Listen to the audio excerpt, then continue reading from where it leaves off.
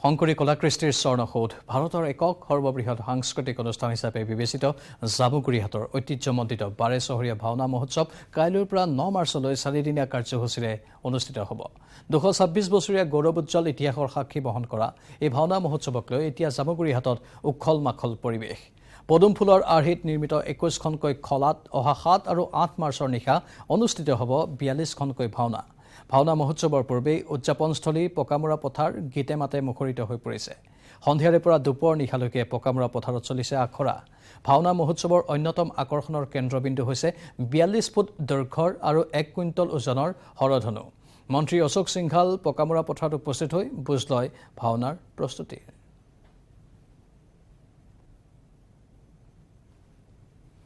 ভাৱনা হয় আমি গৌৰৱ কৰি বাসী হিচাপে বহুতো অসমবাসীয়েও এই 12 চহৰীয়া ভাওনাক লৈ গৌৰৱ কৰে। ঐতিহ্যমণ্ডিত অতি প্ৰাচীন গুৰু পৰম্পৰাৰ পৰা চলি অহা এই 12 চহৰীয়া 200 বছৰো অধিক হৈ গ'ল। মই ভাবোঁ যে ভাল পৰিৱেশ ইয়াত নিৰ্মাণ হ'ব, ভাতৃত্ববোধ আৰু অসমত উন্নতি প্ৰগতি শান্তিৰ আমি এই 12 চহৰীয়া ভাওনাক আগবঢ়াই লৈ যাম। এইবাৰ কেন্দ্ৰীয় শিক্ষামন্ত্ৰী human resource development minister Dharmendra প্ৰধান ডাঙৰীয়া ইয়াত আহিব, মুখ্যমন্ত্ৰী ডাঙৰীয়াও আহিব। মই ভাবোঁ যে এক উখল মাখল পৰিৱেশ ইয়াত নিৰ্মাণ হৈছে। জাগিৰোডৰ দহালি মকৰিয়াত হাতীৰ আক্ৰমণৰ খবৰ। বন্যহস্তীৰ আক্ৰমণত নিহত হ'ল এজন। নিহত লোকজন অদীপ কোঁৱৰ। লোকজনক ঘৰৰ পদূলিতে আক্ৰমণ কৰে বনৰীয়া হাতীয়ে। সোণাইকচি বনাঞ্চলৰ পৰা ওলাই আহিছিল বন্যহস্তী। নেলি আৰক্ষীয়ে উদ্ধাৰ কৰিছে মৃতদেহ। এয়া জাগিৰোডৰ দহালি মকৰিয়াত হাতীৰ আক্ৰমণৰ খবৰ আমি জনাইছোঁ। বন্যহস্তীৰ আক্ৰমণত নিহত হৈছে এজন। নিহত লোকজন অদীপ কোঁৱৰ। লোকজনক ঘৰৰ পদূলিতে আক্ৰমণ বনৰীয়া হাতীৰ। সোণাইকচি বনাঞ্চলৰ পৰা ওলাই আহিছিল বন্যহস্তী। নেলি আৰক্ষীয়ে উদ্ধাৰ কৰিছে মৃতদেহ।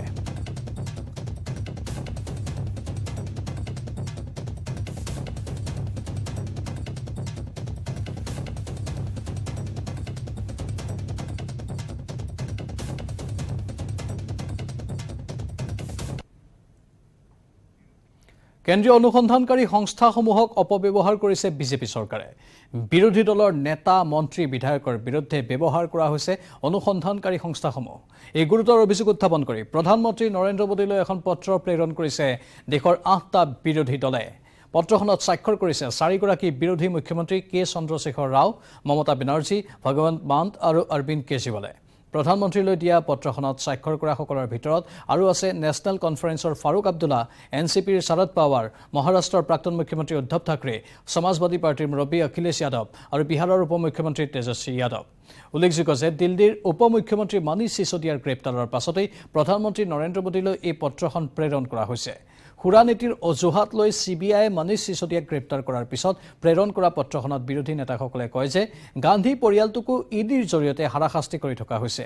ভাৰত এখন গণতান্ত্ৰিক দেশ বুলি পত্ৰখনত উল্লেখ কৰি কেন্দ্ৰই অনুসন্ধানকাৰী সংস্থাসমূহক নিজৰ স্বাৰ্থত ব্যৱহাৰ কৰি গণতন্ত্ৰক স্বৈৰতন্ত্ৰলৈ ৰূপান্তৰ কৰিব বিচৰা হৈছে বুলি উল্লেখ কৰা হৈছে। কোনো ধৰণৰ স্পষ্ট অভিযোগ নোহোৱাকৈ মনীষ সিসোদিয়াক গ্ৰেপ্তাৰ কৰাটো দুৰ্ভাগ্যজনক বুলি উল্লেখ কৰা হয় পত্ৰখনত। পত্ৰখনত লগতে উল্লেখ কৰা হৈছে পৰিকল্পিতভাৱে কেন্দ্ৰীয় সংস্থাসমূহক লগাই লালু প্ৰসাদ যাদৱ, সঞ্জয় ৰাউত, আজম খান, নৱাব মালিক, অনিল দেশমুখ, অভিষেক বেনাৰ্জীৰ দৰে বিৰোধী নেতাৰ বিৰুদ্ধে তদন্ত চলাই থকা হৈছে। কিন্তু শাসকীয় দলৰ মন্ত্ৰী বিধায়কৰ বিৰুদ্ধে উত্থাপিত অভিযোগৰ বিৰুদ্ধে নিৰ্বিকাৰ ভূমিকা গ্ৰহণ কৰিছে অনুসন্ধানকাৰী সংস্থাসমূহে। তৃণমূল কংগ্ৰেছৰ নেতা শুভেন্দু অধিকাৰী আৰু মুকুল ৰয় বিজেপিত যোগদান কৰাৰ পিছতেই স্থবিৰ হৈ পৰে CBI তদন্ত। এই দুয়োজন নেতাৰ নামেই সাঙুৰ খাই পৰিছিল চিটফাণ্ড কেলেংকাৰীত। পত্ৰখনত এনেদৰে বিজেপিত যোগদান কৰাৰ পাছত CBI ইডিৰ তদন্ত বন্ধ হৈ যোৱা কেইবাজনো বাঘা ৰাজনীতিকৰ নামো সন্নিৱিষ্ট কৰা হৈছে। উল্লেখযোগ্য যে বিগত কিছু বছৰ ধৰি কেন্দ্ৰীয় সংস্থাসমূহক বিজেপি চৰকাৰে বিৰোধী নেতাসকলৰ বিৰুদ্ধে ব্যৱহাৰ কৰি অহাৰ গুৰুতৰ অভিযোগ উত্থাপিত হৈ আহিছে। কিন্তু ইয়াৰ পিছতো বিৰোধী নেতাৰ বিৰুদ্ধে অব্যাহত আছে CBI ইডিৰ অভিযান। 8 বিৰোধী দলৰ পত্ৰৰ পিছত প্ৰধানমন্ত্ৰীয়ে কি প্ৰতিক্ৰিয়া প্ৰকাশ কৰে সেয়া লক্ষণীয় হ'ব। অৱশ্যে এই পত্ৰত স্বাক্ষৰ কৰা নাই কোনো কংগ্ৰেছ নেতাই।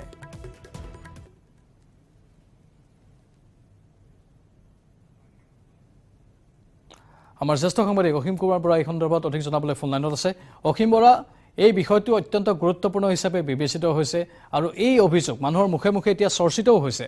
কিয় শাসকীয় পক্ষই প্ৰতিশোধ পৰায়ণভাৱে কামবোৰ কৰি আছে? হয়, বিগত কিছু বছৰ ধৰি এটা চৰ্চাত আহিছে বা বিভিন্ন পক্ষই অভিযোগ কৰি আহিছে যে কেন্দ্ৰীয় যিবিলাক সংস্থা আছে ইডি CBI তেনেকুৱা ধৰণৰ যিবিলাক প্ৰতিষ্ঠিত সংস্থা আছে যিবিলাক কোৱা হয় স্বতন্ত্ৰ সংস্থা যিবিলাক সংস্থাৰ ওপৰত আচলতে চৰকাৰৰ কোনো হস্তক্ষেপ নচলে তেওঁলোকে স্বাধীনভাৱে আচলতে দুৰ্নীতি অনিয়মৰ তদন্ত কৰিব লাগে দেখা গৈছে যে শেহতীয়াকৈ যোৱা কিছু বছৰ ধৰি এই তদন্তকাৰী সংস্থাবোৰে কিছুমান নিৰ্বাচিত চিলেক্টেড বিৰোধী নেতা বা বিৰোধী শক্তিৰ লগত জড়িত কিছুমান ব্যক্তিৰ বিৰুদ্ধে CBI হওক ইডিয়ে হওক বিভিন্ন অজুহাত উলিয়াই বিভিন্ন ধৰণৰ কেলেংকাৰী তথ্য উলিয়াই বিভিন্ন ধৰণৰ অভিযোগৰ ভিত্তিত অভিযান চলি আছে তাৰ পৰা ৰাহুল গান্ধী সোনিয়া গান্ধীও বাদ পৰা নাই শেহতীয়াকৈ CBI দিল্লীৰ প্ৰাক্তন উপমুখ্যমন্ত্ৰী মনীষ সিসোদিয়াক গ্ৰেপ্তাৰ কৰিছে আৰু সেই গ্ৰেপ্তাৰৰ বিৰুদ্ধে কিয় গ্ৰেপ্তাৰ কৰিলে তাৰ বিষয়ে কিন্তু কোনো স্পষ্ট তেওঁৰ বিৰুদ্ধে সাক্ষ্য প্ৰমাণ নাই এই অভিযোগ সেই পত্ৰখনত আচলতে বিৰোধী 8টা দলে উল্লেখ কৰিছে প্ৰধানমন্ত্ৰীয়ে দিয়া পত্ৰখনত কিন্তু এটা কথা ঠিক যে বিৰোধী শাসকে বুলি কথা নাই যদি দুৰ্নীতি কৰিছে বা দুৰ্নীতি অভিযোগ উত্থাপন হৈছে তেনেহ'লে নিশ্চয়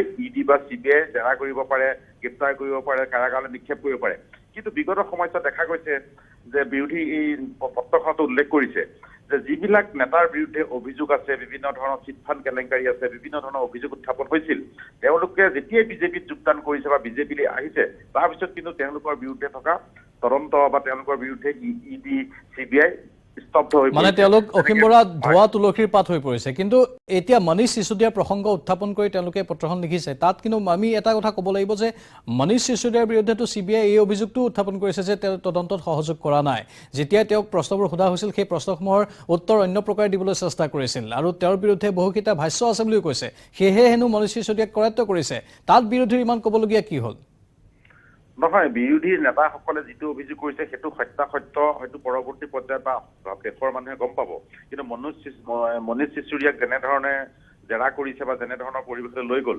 সেইটো ৰিফাৰেঞ্চ আনি আচলতে বিৰোধী নেতাসকলে বিৰোধীয়ে প্ৰধানমন্ত্ৰীলৈ যে পত্ৰখনত উল্লেখ কৰিছে তেওঁলোকে বহুতৰ নাম দিছে কাৰ কাৰ বিৰুদ্ধে ইডি অভিযান চলিছে আৰু কাৰ কাৰ বিৰুদ্ধে ইডি বা CBI গোচৰ থকা পাছতো এই সংস্থাকেইটা স্থবিৰ হৈ পৰিছে কোনো অভিযান চলোৱা নাই গতিকে এখন দীঘলীয়া লিষ্ট দিছে লালু প্ৰসাদ যাদৱৰ পৰা এতিয়া মনীষ সিসোদিয়ালৈকে তেওঁলোকে নাম উল্লেখ কৰিছে আৰু কোন কোন নেতাৰ বিৰুদ্ধে অভিযোগ থকাৰ পিছতো যেতিয়াই তেওঁলোক বিজেপিত যোগদান কৰিলে বা শাসকীয় দলটোলৈ আহিল তেতিয়া কিন্তু তেওঁলোক ধোৱা তুলসীৰ পাত হৈ পৰিছে বা তেওঁলোকৰ বিৰুদ্ধে অভিযান চলোৱা নাই প্ৰাঞ্জল এই বিষয়টোক লৈ ডিবেট হ'ব পাৰে এই বিষয়টোক লৈ চৰ্চা হ'বই নিশ্চয় কিন্তু এটা কথা ঠিক যে বিগত সময়ছোৱাত কিন্তু দেশবাসীয়ে দেখিছে CBI ইডিয়ে কোন দিশে গতি কৰিছে আনকি নিৰ্বাচন আয়োগো বহু সময়ত কেন্দ্ৰৰ হাতোৰাত সোমাই পৰিছে শেহতীয়াকৈ উচ্চতম ন্যায়ালয়ে নিৰ্দেশ দিব লগা হৈছে যে দেশৰ মুখ্য নিৰ্বাচন আয়ুক্তগৰাকী নিযুক্তিৰ ক্ষেত্ৰত বিৰোধী দল যেনেকে ন্যায়ালয়ৰ মানুহ বা শাসকীয় পক্ষ থাকিব সেই কমিটিখনে নিযুক্তি দিব পাৰিব গতিকে সামগ্ৰিকভাৱে এই পত্ৰখনে কিন্তু কিছু এটা জোকাৰণি সৃষ্টি কৰিব আৰু প্ৰধানমন্ত্ৰী নৰেন্দ্ৰ মোদীয়ে এই বিষয়টো কেনেদৰে লয় সঁচাকৈ CBI ইডি কেন্দ্ৰৰ বিজেপি চৰকাৰ পকেটত সোমাই পৰিছে নেকি এই কথাবিলাক নিশ্চয় পৰৱৰ্তী পৰ্যায়ত চৰ্চা হ'ব আৰু বিভিন্ন পক্ষৰ প্ৰতিক্ৰিয়া আহিব কিন্তু লক্ষণীয়ভাৱে কংগ্ৰেছে এই পত্ৰখনত স্বাক্ষৰ নকৰাটোৱে কিন্তু এটা বেলেগ তাৎপৰ্য বহন কৰিছে কিয় কংগ্ৰেছে এই পত্ৰখনত স্বাক্ষৰ নকৰিলে বা তেওঁলোকক জনোৱা হোৱা নাছিল নেকি পত্ৰখনৰ সম্পৰ্কত সেই বিষয়ে কিন্তু পৰৱৰ্তী সময়তে জনা যাব ধন্যবাদ জনাইছোঁ অসীম কুমাৰ পৰা এইখিনি তথ্যৰ বাবে এফালে দুৰ্নীতিগ্ৰস্তৰ বিৰুদ্ধে পদক্ষেপ ল'ব লাগে বুলি সৰ্বসাধাৰণে দাবী উত্থাপন কৰিছে সেইটো ভাল কথা কিন্তু একাংশ দুৰ্নীতিগ্ৰস্ত বিজেপিত যোগদান কৰাৰ পাছত কেনেধৰণে ধোৱা তুলসীৰ পাত হৈ গ'ল তাক লৈ প্ৰশ্ন উত্থাপন কৰিছে ইয়াত কেৱল ৰাজনীতিৰ অংকহে চলে নেকি ৰাজনীতিক কাৰণতেই বিভিন্নজনক টাৰ্গেট কৰি লোৱা হয় নেকি কিন্তু জনতাৰ কথা ভাবিবলৈ বা বাস্তৱ ক্ষেত্ৰত যিসকল দুৰ্নীতিগ্ৰস্ত তেওঁলোকক শাস্তি দিবলৈ পদক্ষেপ লোৱা নহয় ইয়াত ৰাজনীতিৰ ক্ষমতাৰ অংক জড়িত হৈ থাকে বা কোনো এটা দলক তল পেলোৱাৰ অংক জড়িত হৈ থাকে নেকি এয়া কোটিটকীয়া প্ৰশ্ন হিচাপে বিবেচিত হৈছে সেই প্ৰশ্নবোৰেই জনসাধাৰণে বাৰে বাৰে তুলি আছে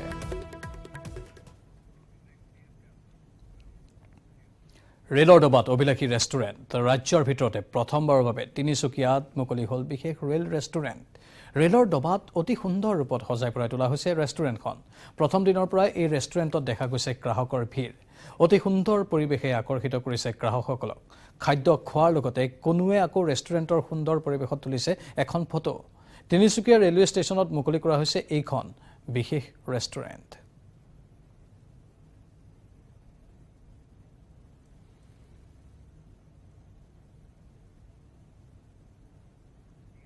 এই সন্দৰ্ভত অধিক জনাব আমাৰ সাংবাদিক উপাসনাই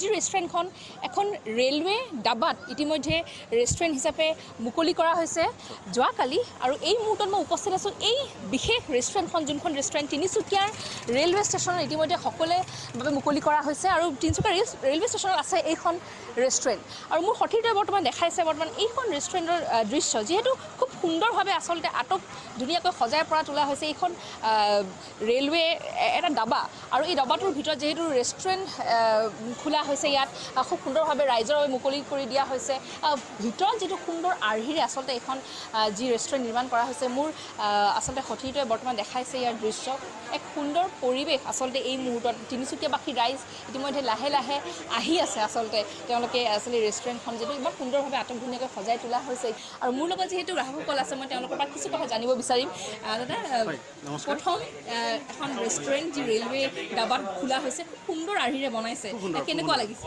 সমূহ অসমবাসীক ৰাইজক জনাব বিচাৰিছোঁ যে আপোনালোকে ইয়ালৈ আহক এটা খুব সুন্দৰ ৰেষ্টুৰেণ্ট আপোনালোকে সেইকাৰণে ইয়াত ৰেল বিভাগে আপোনালোকক আগবঢ়াই দিছে আপোনালোকে আহক খুব ধুনীয়া পাব সকলো বস্তু ইয়াত কোৱালিটি বস্তু আপোনালোকে পাব আহক খুব ধুনীয়া ধন্যবাদ আজি কি খাব বুলি ভাবিছে আচলতে মেনু চাইছেনে এইটো মানে মেনু দেখিছে মেনু কৈছোঁ অৰ্ডাৰ দিছোঁ এতিয়া আহিব আৰু খুব কম সময়ৰ ভিতৰতে তেওঁলোকে আমাক দিয়ে বুলি কৈছে আহিব এতিয়া ধন্যবাদ গ্ৰাহক আহিছে ইতিমধ্যে ৰেষ্টুৰেণ্টখনত খুব সুন্দৰ সুন্দৰ দাদা কি ক'ব প্ৰথমভাৱে তিনিচুকীয়াৰ এনেধৰণৰ ৰেষ্টুৰেণ্টটো খোলা হৈছে কি ক'ব আমাৰ কাৰণে খুব গৌৰৱৰ কথা যাতে উজনি অসমত এনেকুৱা এটা ৰেষ্টুৰেণ্ট প্ৰথম তিনিচুকীয়াতে খুলিছে আৰু যিটো মেইনটেইন কৰিছে যিটো ইণ্টেৰিয়াৰ মানে সেইটো আৰু আপুনি ক'ব নালাগে আৰু মানে ৱৰ্ডছ নাই আৰু এক্সপ্ৰেছ কৰিলে বহুতেই ধুনীয়া বনাইছে বাইদেউ কেনেকুৱা লাগিছে আজি ৰেষ্টুৰেণ্টত আহি ভাল লাগিছে যিটো আপোনালোকে আজি কি অৰ্ডাৰ কৰিছে মেনু কি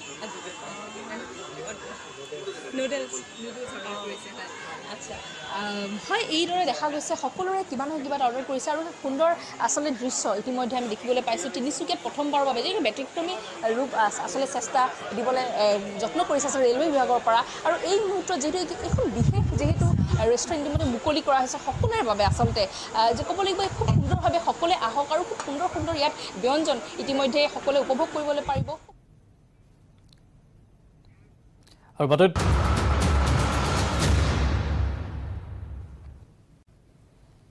উভতি আহিছোঁ বাতৰি মাজলৈ কাৰ্বি আংলং জিলাৰ হাওৰাঘাটত অন কেমেৰা চুৰি কাৰ্য চাবি নোহোৱাকৈ স্কুটিৰ ডিকি খুলিলে গভাইত চোৰে স্কুটিৰ ডিকিত থৈ দিয়া 60,000 টকালৈ উধাও হ'ল চোৰৰ দল চোৰে লুটিলে দিলীপ শৰ্মা নামৰ লোকজনৰ ধন বেংকৰ পৰা উলিওৱা 60,000 টকা স্কুটিৰ ডিকিত থৈ দিছিল দিলীপ শৰ্মাই স্কুটিখন ৰখাই শক্তি বিভাগৰ কাৰ্যালয়লৈ গৈছিল দিলীপ শৰ্মা তেতিয়াই চোৰে ডিকি খুলি লুটি নিয়ে ধনখিনি দিন দুপৰতে শক্তি বিভাগৰ কাৰ্যালয়ৰ সন্মুখৰ পৰা স্কুটিৰ ডিকি খুলি 60,000 টকা চুৰি কৰি নিয়া ঘটনা চৰ্চিত হৈছে হাওৰাঘাটত কিন্তু চিচিটিভিত চুৰি কাৰ্যৰ দৃশ্য বন্দী হোৱাৰ পাছতো আৰক্ষীয়ে ধৰিব পৰা নাই চোৰ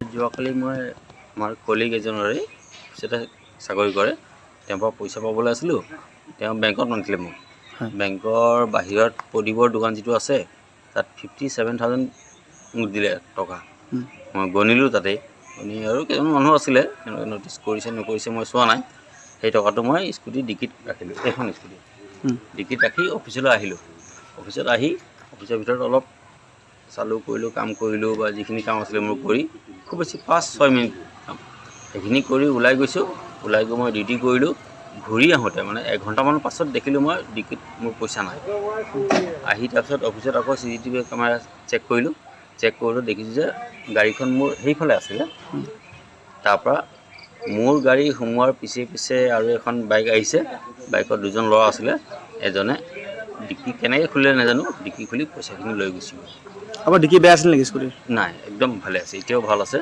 ডিকিত মই পূৰা লক কৰা আছিলে ডিকিখন কিন্তু কেনেকৈ খুলিলে তেওঁলোকেহে জানে আৰু কি খবৰ দিছে অঁ দিছিলোঁ তেওঁলোকেও ইনভেষ্টিগেশ্যন কৰি আছে কিমান দূৰ পালেগৈ তেওঁলোকক নাজানো মই আৰক্ষীকো জনালোঁ এবাৰ শিৱসাগৰত আহোম যুগৰ হাতহিলৈ উদ্ধাৰ কৰা হৈছে শিৱসাগৰ জিলাৰ বেতবাৰীৰ লুথুৰি চেতিয়া গাঁৱৰ ছাগলী পথাৰত ব্যক্তিগত পুখুৰী খনন কৰা 3 ফুট 1 ইঞ্চি জোখৰ হাতহিলৈটো উদ্ধাৰ হয় স্থানীয় যুৱক ঈশান হুছেইনৰ ঘৰত উদ্ধাৰ হোৱা হাতহিলৈটো সুৰক্ষিত অৱস্থাত ৰখা হৈছিল আজি ঈশান হুছেইনৰ পৰিয়ালে শিৱসাগৰৰ টাই যাদুঘৰৰ বিষয়ববীয়াৰ হাতত উদ্ধাৰকৃত হাতহিলৈটো অৰ্পণ কৰে বেতবাৰীৰ যি লুকুৰি চেতিয়াৰ যি গিলাধাৰী গাঁও, এই গাঁৱত এটা হাতীলৈ পোৱা গৈছিলে ইয়াৰ পথাৰত, আৰু এইটো প্ৰায় 200 বছৰ আগৰ হয় শিলৈ, আৰু এই শিলৈটো ইয়াৰ যিসকল লোকে পাইছিলে তেখেতলোকে চমজাই দিবলৈ বিচাৰিছে, আৰু আমি এইটো কেইদিনমানৰ আগতে ইয়াক অধ্যয়ন কৰিছিলোঁ, চাইছিলোঁ, আৰু আমি প্ৰশাসনক জনাইছিলোঁ। আজি প্ৰশাসনৰ লোক আহিছে আৰু এইটো খুব সুন্দৰকৈ অসম টাইজাৰ ঘৰত সংৰক্ষণ হৈ থাকিব, আৰু এইটো চাব পাৰিব, আৰু ইয়াৰ কাৰণে এই যিসকল সচেতন ব্যক্তি সকলোকে মই ধন্যবাদ জ্ঞাপন কৰিছোঁ। পূৰ্ণগতিত আগবাঢ়িছে ডিগবৈ শোধনাগাৰৰ শোধন ক্ষমতা বৃদ্ধিৰ কাম। 1 মিলিয়ন মেট্ৰিক টনলৈ শোধন বৃদ্ধি কৰা হ'ব ডিগবৈ শোধনাগাৰৰ শোধন ক্ষমতাৰ। শোধনাগাৰটোৰ গোলাই টাৰ্মিনেলৰ কাষত কিছু সম্প্ৰসাৰণ কৰা হ'ব। 2025 চনৰ পৰা আৰম্ভ হ'ব বৰ্ধিত শোধন ক্ষমতাৰ উৎপাদনৰ কাম। ইয়াৰ বাবে IOCৰ বিষয়া আৰু জিলা প্ৰশাসনৰ বিষয়াৰ উপস্থিতিত, প্ৰদূষণ নিয়ন্ত্ৰণ বৰ্ডৰ বিষয়াৰ উপস্থিতিত ৰাজহুৱা শুনানি গ্ৰহণ কৰা হয়। শুনানিত স্থানীয় দল সংগঠনৰ নেতা, স্থানীয় সচেতন ৰাইজৰ উপস্থিতিত শোধনাগাৰ সম্প্ৰসাৰণ প্ৰকল্প নিৰ্মাণত সকলোৱে সহমত প্ৰকাশ কৰে। অৱশ্যে স্থানীয় নিবনুৱাক ঠিকাদাৰক বঞ্চিত কৰি অহা কাৰ্যক পৰিহাৰ কৰিবলৈ ৰাইজে দাবী জনায়। আজি আমি হিয়াৰিং লোৱা হ'ল গোটেই পাব্লিকৰ এটাই মত, কোনেও অপজিশ্যন কৰা নাই, সকলোৱে বিচাৰিছে। আমি 1 মিলিয়ন মেট্ৰিক টন, যদিও পাব্লিকেতো 3 মিলিয়ন মেট্ৰিক টনলৈ পাব্লিকে বিচাৰিছে। তাৰ লগতে পাব্লিকৰ খালি দুটা ইছ্যু আছে, যাতে এক্সপানশ্যনৰ ক্ষেত্ৰত কোনো ধৰণৰ পলিউশ্যন লেভেলটো বাঢ়ি নাযায়, আৰু দ্বিতীয় এটা ইছ্যু আছিলে যাতে লোকেল এমপ্লয়মেণ্টখিনি পায়, লোকেল যিখিনি আমাৰ আনএমপ্লয়ড ইউথ আছে তেওঁলোকে এমপ্লয়মেণ্টখিনি পায়। গতিকে সেইখিনি আমি IOCL কৰ্তৃপক্ষক কৈছোঁ যে এইখিনি আপোনালোকে ব্যৱস্থা লওক, এক্সপানশ্যনৰ সময়ত লোকেল এমপ্লয়মেণ্ট জেনেৰেশ্যন যাতে লোকেল ল'ৰা ছোৱালীখিনি এমপ্লয়ড হয়, আৰু গতিকে এই ডিচিশ্যন লৈ পেলাই আজি আমাৰ সভাখন সমাপ্তি হৈছে। পেকেজ ড্ৰিংকিং ৱাটাৰৰ বটলে বটলে ভেঁকুৰৰ চামনি। ধেমাজিত প্ৰস্তুত কৰা নেচুৰা পিয়ৰ নামৰ পেকেজ ড্ৰিংকিং ৱাটাৰৰ বটলত ভেঁকুৰ দেখি ক্ষুব্ধ হৈ পৰিছে বহু গ্ৰাহক।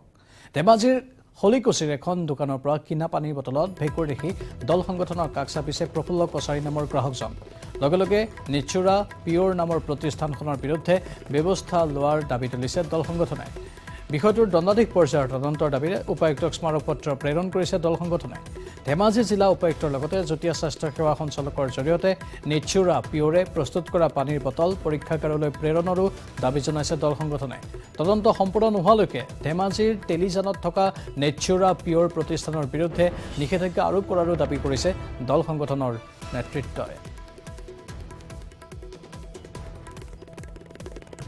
এই যি নেচাৰা পিয়ৰ ধেমাজিৰ তেলিজান স্থিত এটা বিশুদ্ধ খোৱাপানী নিৰ্মাণকাৰী সংস্থা, পানীখিনিত বিশুদ্ধ খোৱাপানী নামত তেখেতসকলে আচলতে ভেঁকুৰ সদৃশ এক পদাৰ্থ ওলাইছে। যোৱাকালি আমাৰ প্ৰফুল্ল কছাৰীয়ে এটি দোকানত তেখেতে পানী সেৱন কৰিবৰ বাবে 1 লিটাৰ পানী এটা লয় নেচাৰা পিয়ৰ নামৰ।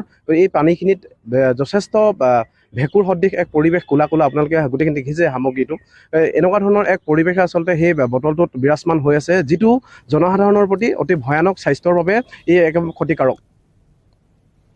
চাকৰি কেলেংকাৰীৰ বিৰুদ্ধে পুনৰ প্ৰতিবাদ মুখৰ উত্তৰ গুৱাহাটী মহাবিদ্যালয়ৰ কৰ্মচাৰী গোট আৰু ছাত্ৰ গোটৰ প্ৰতিবাদত উত্তাল মহাবিদ্যালয়খনৰ 3য়-4ৰ্থ বৰ্গৰ 10টা পদত নিযুক্তিৰ নামত ধনৰ লেনদেন আৰু পুৰণি কৰ্মৰত লোকক নিযুক্তিৰ পৰা বঞ্চিত কৰাৰ বিৰুদ্ধে মাৰবান্ধি প্ৰতিবাদত নামিল প্ৰতাৰিত প্ৰাৰ্থী গোটৰ ইউনিয়ন। মহাবিদ্যালয়ৰ অধ্যক্ষ ডক্টৰ দিলীপ দাস আৰু মহাবিদ্যালয় পৰিচালনা সমিতিৰ সভাপতি ডক্টৰ কুকিল বৰুৱাৰ বিৰুদ্ধে অভিযোগ উত্থাপন হৈছে।